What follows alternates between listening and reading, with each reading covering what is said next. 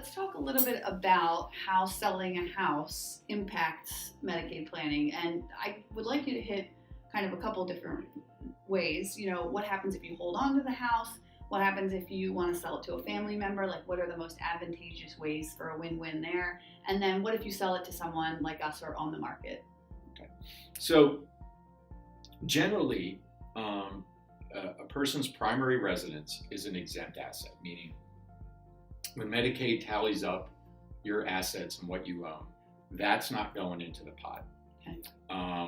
Certainly if someone's receiving services at home because they're staying at home, or if the spouse is staying in the home because they're in the community and the other person goes into a nursing home, it's not countable. But even for a single person, if they express an intent to return to the home at any time, so there's a box on the Medicaid application that says, do you intend to return home?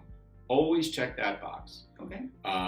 Because as long as you Gold state nugget an right intention, there. as long as you state an intention to return to your primary residence, it can remain an exempt asset. Now, there's a limit on that, home equity limit, that if your equity in your primary residence is above an annual amount, this year I believe it's $572,000. Okay.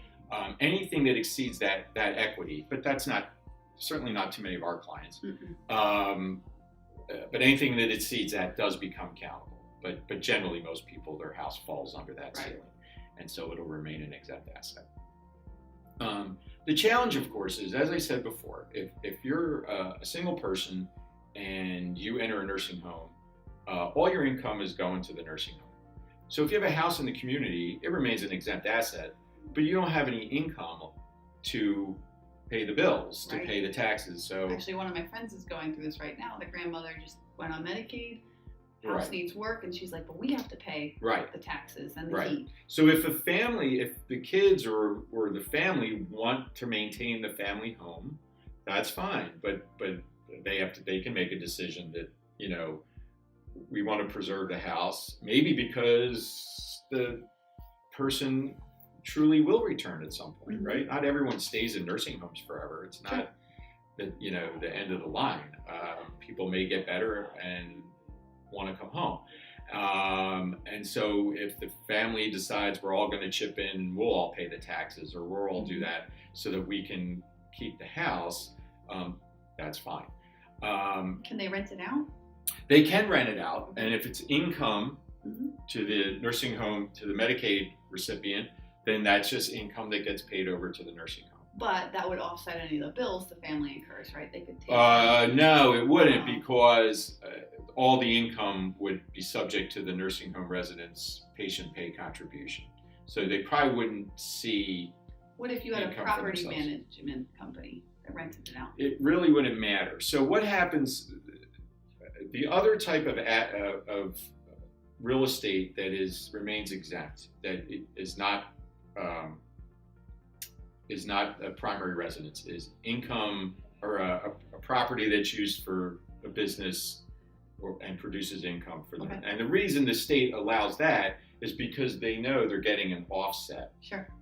By, we'll let you keep, sometimes it's income to the spouse, and that's fine because they know that assists the spouse to stay in the community.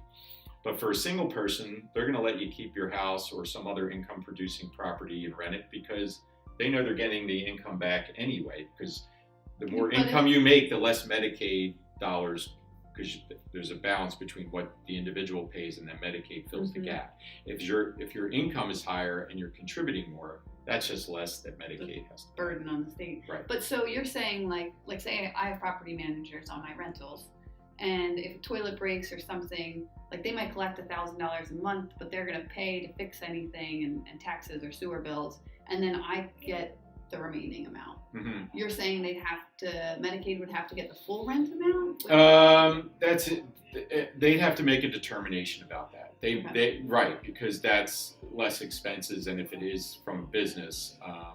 Like if you ran it as a separate business. Yeah, when a person is determined eligible, they're going to look at that kind of stuff. So they make two determinations: whether you're eligible at all, and then how much of your income you have to contribute. That's a good question. Whether or not they're going to let you deduct certain expenses, business expenses, and it's net, and that's the contribution. So, because that would be, I'm just thinking, we deal in the house world, and this comes up, and it would be great, some families are willing and able to rent it out while grandmom is in the nursing facility so that it's there if she wants to come home to. But if they have to deal with the extra headache of the tenants and the taxes and the heat, it's not something they want to do. Yeah, right. Yeah. I mean, the other thing that people should be mindful of when they have a spouse in the community is to make sure they can transfer that house to the community spouse, get their name off the deed. Okay. And because one thing people don't think about is that the community spouse might die before the Medicaid, the person receiving Medicaid in nursing home. It doesn't happen often, but it could.